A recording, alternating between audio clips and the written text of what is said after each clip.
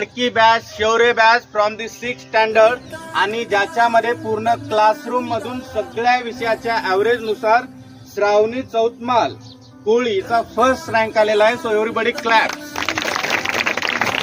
Request Kalyankar sir please come on the stage and give prize to your proud student.